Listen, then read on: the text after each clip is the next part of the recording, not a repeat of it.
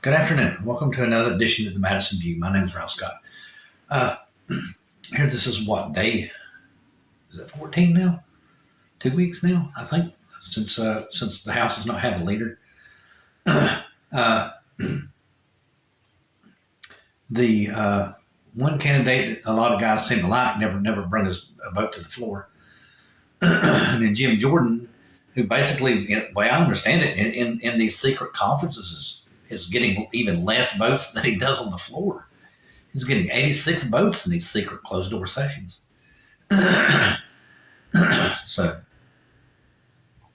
it doesn't look good, And right now, I think about all this stuff about, like I told you, and I think in the first video about this whole entire thing, about compromising, which is basically what this is. This is a whole entire, just basic show of the Republicans nowadays, that they think compromising is something that you don't do. It's just, you shouldn't do that. But like I said, it's how our country started many, many moons ago, and like, it's just like no one seems to understand that nowadays, Like I've said many times, and I will say it many times in the future. And James Madison, of course, and all the other people who signed the Constitution thought it was a rag. Yeah, because they compromised so much, they felt like it was a useless document. But here we are. I mean, 270, whatever, how many years it is later, 250. I'll give you another example.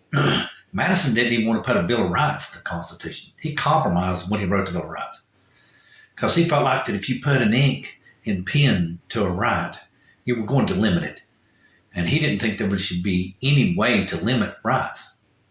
In other words, that first paragraph in the Declaration of Independence, he was so worried about putting any pen on paper that he would do something that would screw it all up. He just did not think that was the best thing to do, but he did it. Okay. And because he felt like, everybody was fussing about what right to have and all this kind of stuff, he felt like the best thing to do was to clear up, a lot of the argument. So, and that's what that was. It was a compromise to clear up arguments. He didn't want to do it, but he compromised and put that down on a piece of paper. And just like I said, in any other book, any other sentence, paper, page, whatever you want to say, research paper, thesis, whatever, just go right down the line. What's always the most important thing that you do when you write a thesis paper or a book or whatever, generally the most important one, especially like instructions, which is basically what the Bill of Rights are. They're like an instruction for the future. They're like an instruction of your rights. You always put the most important one first. And which one's first? Freedom of religion. Yes. It's in legal speak, but it's there. Freedom of press, of course. Freedom of speech, of course.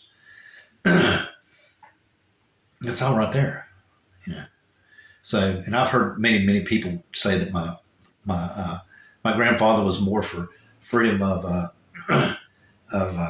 speech than he was freedom of press.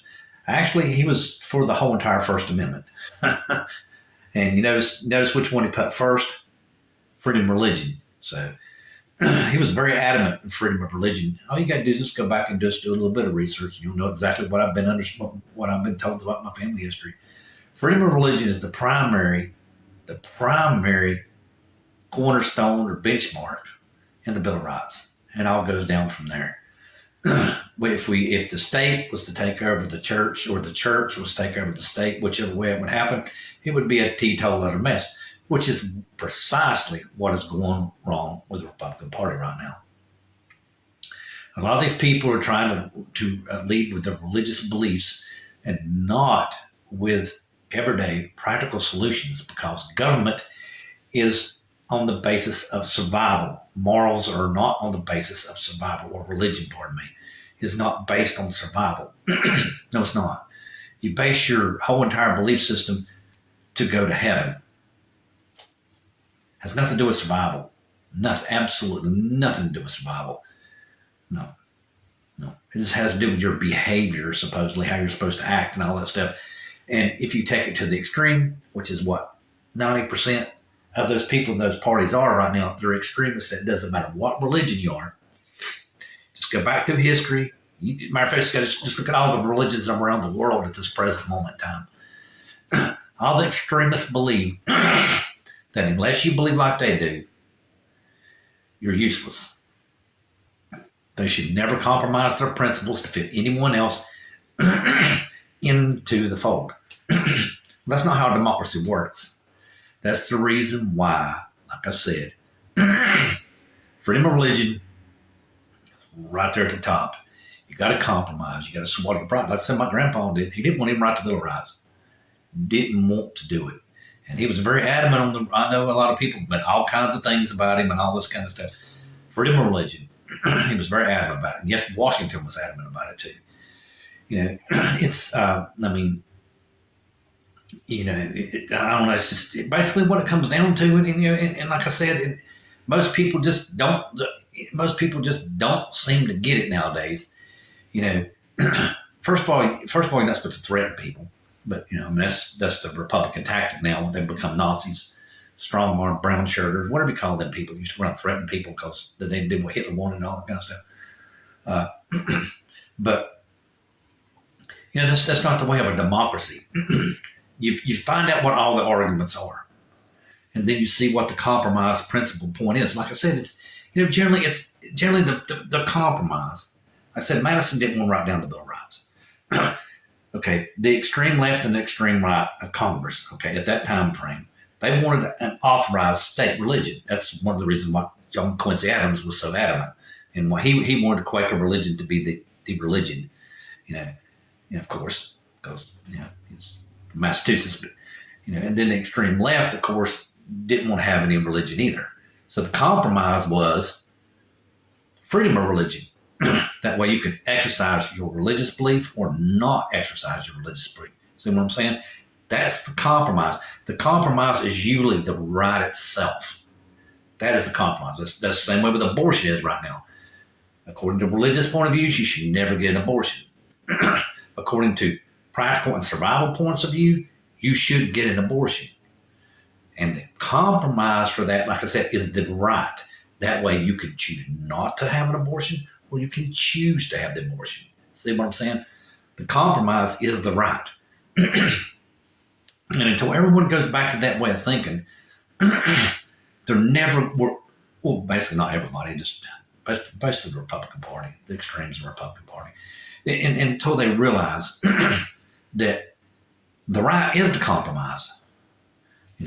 It's the solution to the problem. Just like right now, they do not want to compromise between a Freedom Caucus member and whoever else they think's out there. I don't know. I don't know these different divisions. Like the one guy said, he said there's a lot of hurt feelings out there. And like the one news commentator said, well, get over it. There's a lot of hurt feelings every day at work. We don't care if we want a functioning branch of government. Grow up, And then one high school, the news commentator says like high school games, and the one guy said, no, quite frankly, it's worse. It's junior high. So, and then I read a couple of things about how, these people aren't going to compromise. Marjorie Taylor Greene's one of them. She's not going to compromise unless it's Donald Trump. And that's the whole entire thing that, Donald Trump come out today and said he was going to prove, he's going to put irrefutable evidence that the election was rigged. I don't see how. Every one of the people that he had showing him the election rigged are on the way to the courtroom to plea bargain. Yep. 3 have done it so far. The guy that actually did the break-in at the headquarters in Georgia, as far as I know, and both attorneys. So the way they're talking, the last attorney is the one that can really hang them. I thought the woman could because she was the big-time Trump defender. But one article I read today, that last guy is the one that can hang them. So Trump don't seem to be too bothered. He seems that he's going to somehow or another wiggle out of this. But like I said, it's coming every day because I think I can already tell you right here and now. If the Republicans that stood up today and stood up yesterday, especially to Jim Jordan, basically telling him that he had to admit in order to get their vote that the election was not a fraud and Joe Biden was the president of the United States, that's the only way to get the vote. He wouldn't do it. And you notice how much his support dwindled and dwindled and dwindled. Basically, what everybody's saying, until the crazy eight come to the senses, our government's going to be in shutdown. Basically, it's reminiscent of Nero fiddling while Rome burned. Basically, they're just not going to do anything about it. The compromise isn't there. They're basically, in my opinion, especially the one that I know ain't going to compromise. From what I know of her, she has no rational thoughts in her mind whatsoever. I mean, she thinks climate change is a joke. And, to me, like I said in a previous video, it shouldn't even be a debate, about climate change, because climate change is what it is the focus of the air quality is supposedly what's deteriorating our climate. Well, the last time I checked, one of the major responsibilities of anyone in Congress or anyone serving in the government is to protect the safety of Americans. And I don't know about you, there is one resource in this world that you can only do without for about 20 seconds, and that's air. So if you damage your air, you're not going to breathe, you're going to die. You can go without food for 5, 6, 7 days, without water, 3, 4, 5 days, whatever. But air, about 20 seconds. So I just don't even see the debate on it. What took so long to get the EPA around to begin with? You know what I'm saying? I don't even see the debate of this. But this woman does. I mean, for the life of me, I can't see why she wants to die. Evidently, it's just that religion. She's wanting to commit suicide. If you notice, that's a whole lot about religion. If you really pay attention to real deep extremist religions, because it is about survivability. They're all waiting to die. The world's coming to an end. They're going to crawl into bed and just wake up, and tomorrow they're going to be in heaven, and the rest of us going to be in hell. They're the only ones going to be in heaven. And that shows every day. That's the reason why they're going to bed and not worried about it tonight. I about laid 3-1 odds on it. Probably a couple of them are thinking God's going to come in the upper night and we're all going to die. No, all's going to come up Monday is that you're still going to be dysfunctional and you're still going to be looking very, very stupid and ignorant to the American people. Good night.